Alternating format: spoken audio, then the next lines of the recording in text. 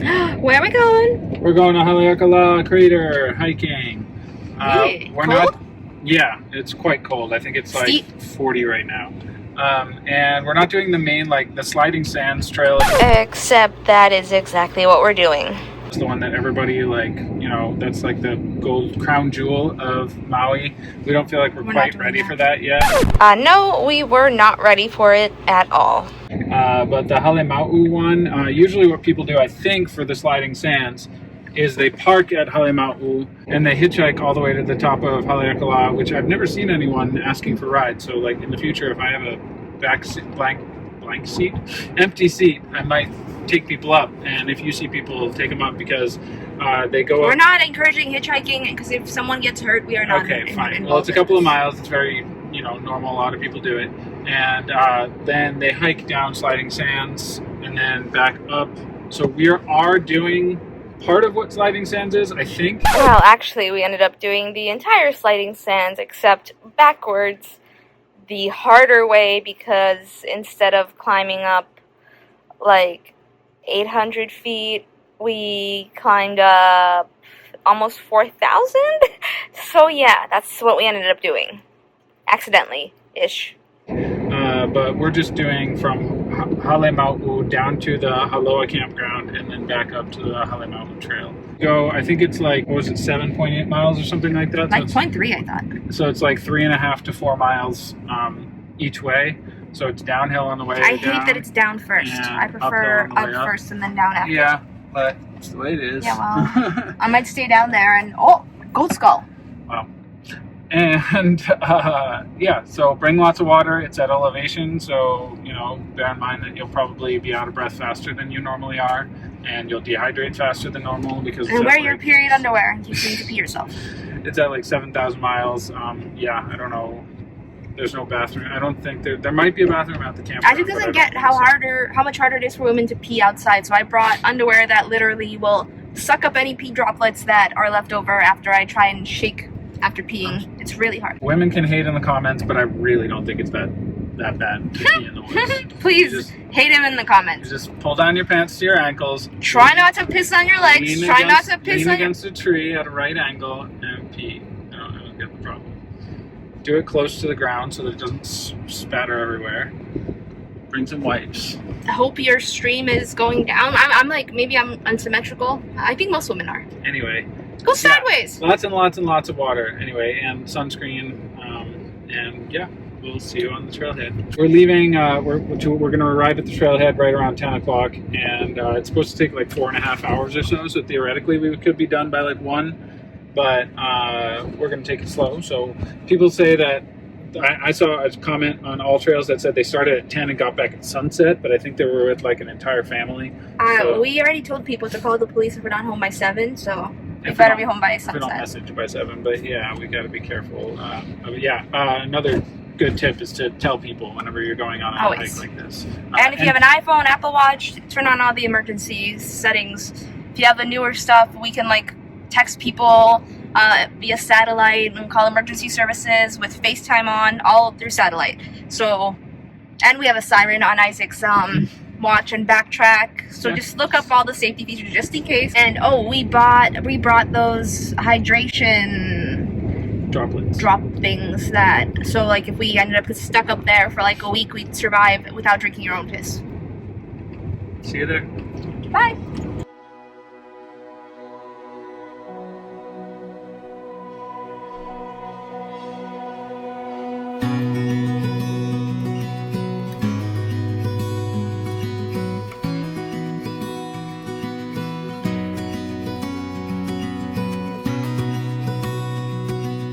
You do have to pay to get into the park. It's $30 for one vehicle, or it's $55 for a all Hawaii National Parks pass, which covers Volcanoes National Park and the Big Island too. And you could also use your America the Beautiful National Park. You pass can buy one of those here also. But it's not worth it if you live in Hawaii. Really. Well, it is if you travel. Not for us. Hi. So here's the Halemau'u Trail. And these are all of the different trails. The visitor center is over here. And where's the summit? Anyway, up here is the visitor center, and then this is basically the summit. And then you can go all the way down sliding sands. A lot of people go to Kapaloa, sometimes stay the night, and then to Holua, and then back up the Halemau'u trail. And then they hitchhike back up to their car. Or the other way around, leave your car and then hitchhike up. But we are only doing this. We're going down here, switchbacks down to here, and then we're going back. So 2.1 miles descending. Please be on alert for altitude sickness. Plenty of water. And watch out for Nene and Apapane. See you on the hike.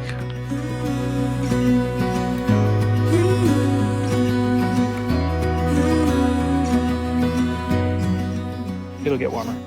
It is winter. It's January 2nd. Holua campground, 3.9 miles, and we're doing that round trip. So around 8 miles, a little less. Are you tired? Let's go back.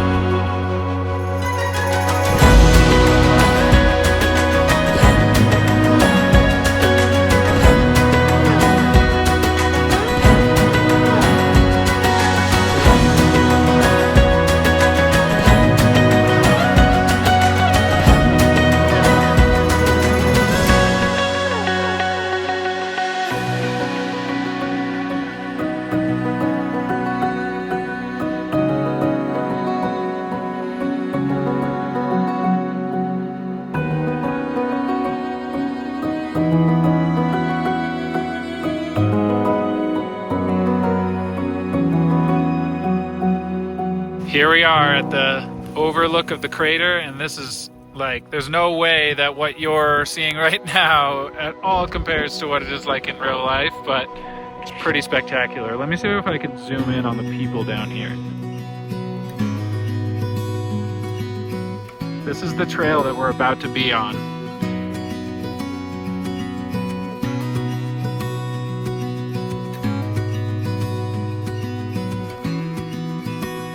So like this goes, yeah, it goes down these switchbacks and then down here, and then somewhere in here is a campground, and then we go back the same way we came. But if you do sliding sands, I believe that that up there is the crater.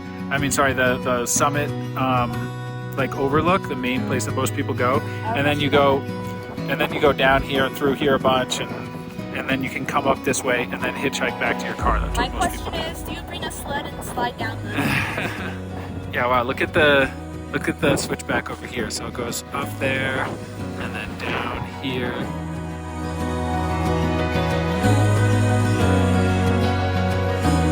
Can we all go back there? No! I'm scared.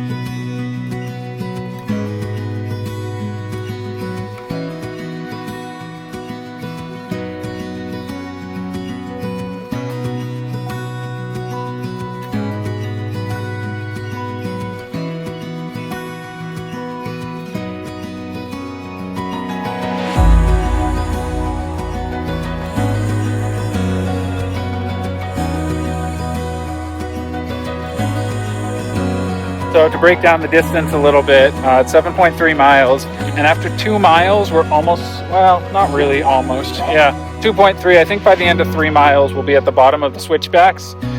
So you're looking at a little less than a mile to get to the switchbacks, and then like 2 miles going down the switchbacks. So that's 3, another couple miles on the floor, and then go back the same way you came. Yeah, nobody's going down this way.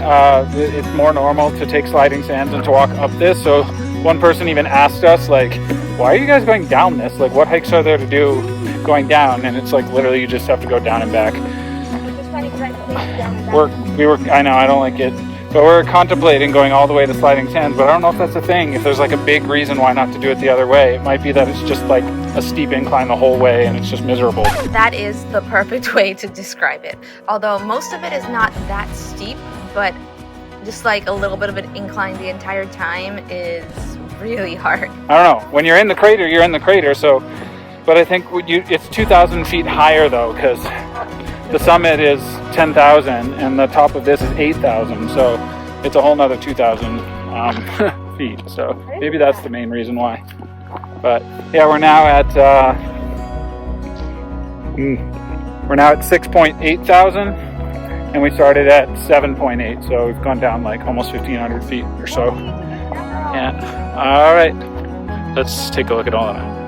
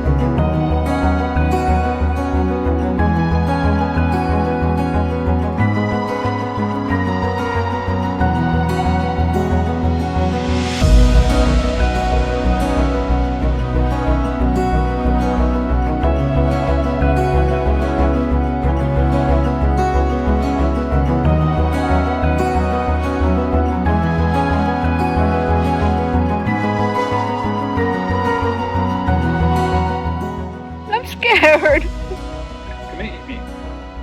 We're literally, there's signs saying don't feed them, and it's literally coming at us hissing.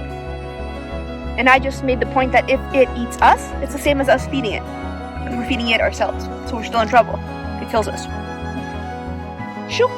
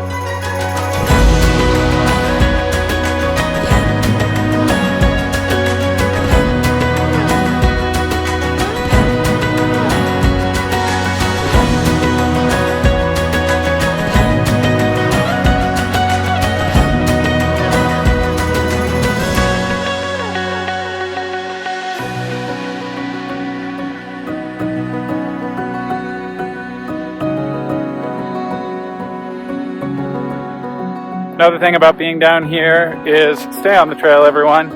It's like such a small like trace that humans have left on this little trail. Everything else is like, you know, untouched. So please don't be that guy or gal and go running out onto the rocks. Yeah, you'll probably hurt yourself and deserve it.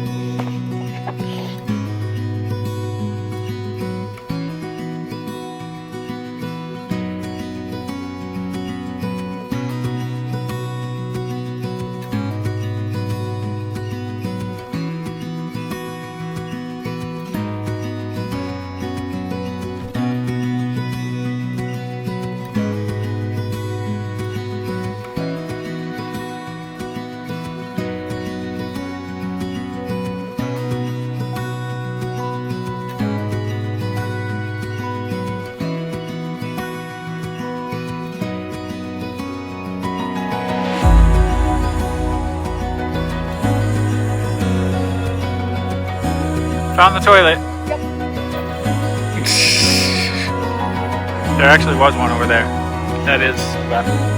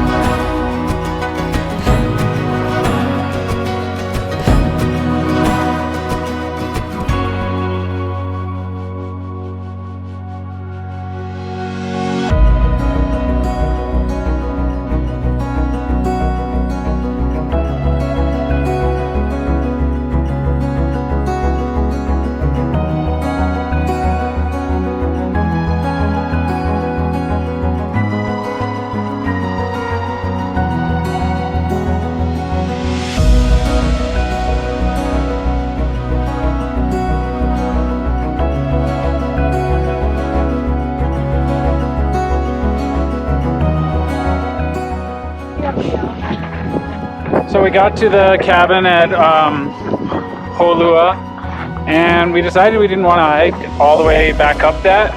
So you kind of have a choice. You either hike up about 1,000 feet from 7,000 to 8,000 in a relatively short distance, like 2 miles, or you walk like 6 or 7 miles and you go up 3,000 feet but very, very slowly. And we decided to actually go with that because we looked at that hill and we were like, nope. And so we're just going through all the way to Sliding Sands. We're being chased. We're being chased by the fog behind us, so we might be enveloped in the clouds soon. But gosh, this is beautiful.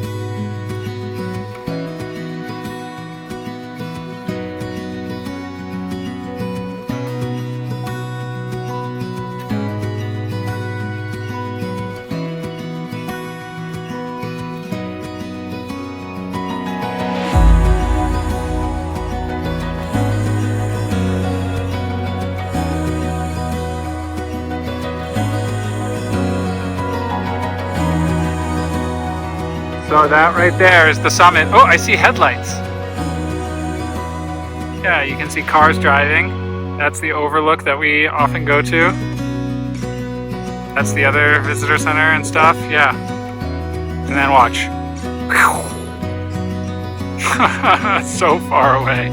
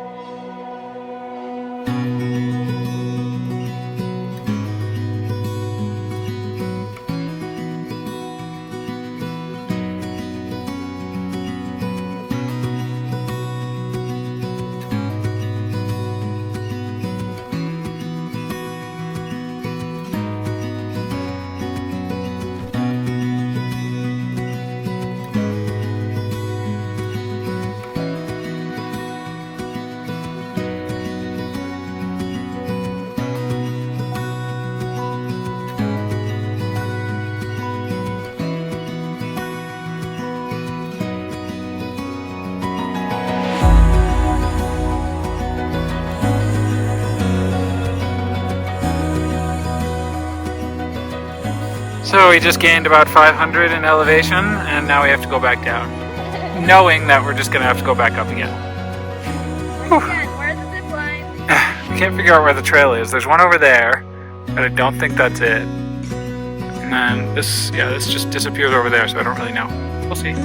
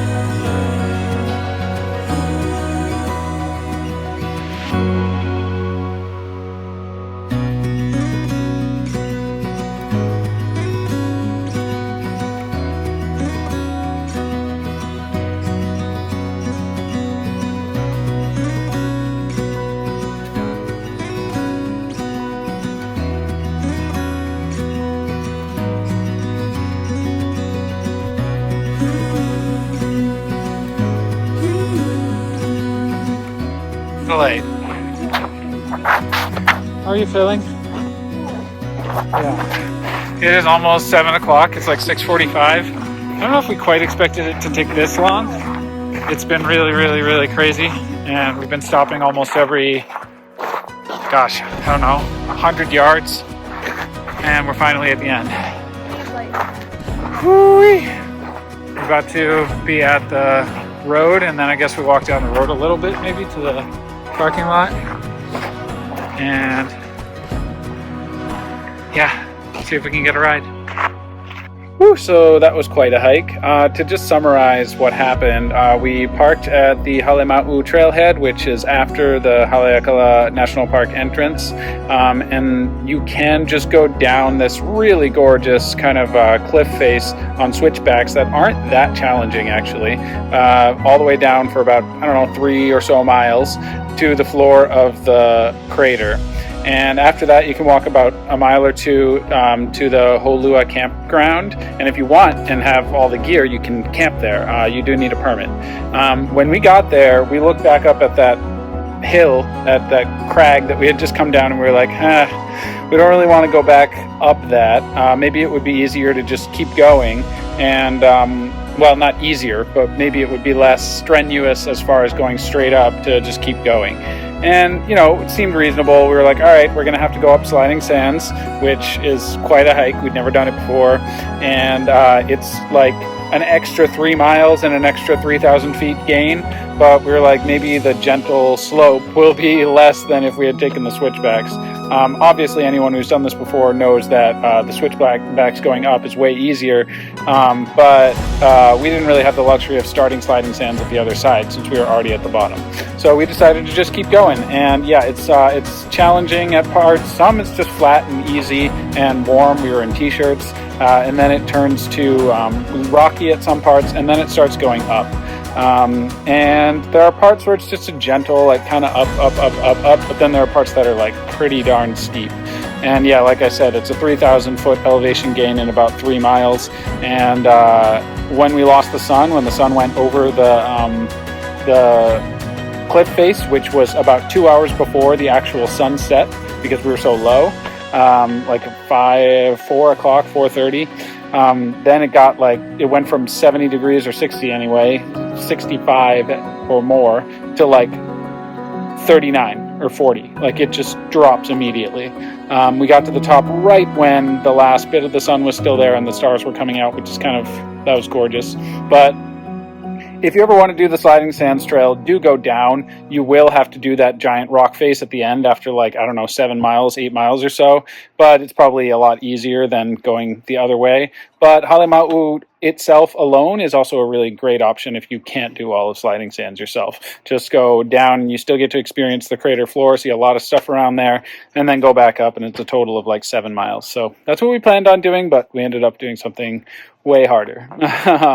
Just, yeah, be careful, wear good shoes. Some parts are sandy, like even going up, so it's like, you know, walking on a beach. So just be careful, bring enough water. We brought about 3 liters of water and could have easily used more. The last like hour or so we didn't have any, but we were never unsafe or in fear of our lives or anything, but it was really strenuous the last couple miles. But yeah, just be careful and know what you're doing. Aloha. I am Olena. This is Isaac. And we are the Travel Bug Bite. We met in Prague, Czech Republic. Lived in Shanghai, China. New York and Rhode Island, USA. And now we live in Hawaii. We've traveled from Tibet to Puerto Rico. Harbin to PP. And drove cross country with Smiley in our Tesla Model 3. Subscribe to follow our adventures. If you liked our video, don't forget to click the like button, leave a comment, and subscribe. Check out our videos from all around the world and let us know what you'd like to see next. Thanks for watching. Where are we going? I don't know enough about it right now. I was going to look some stuff up. This is going to be a blooper.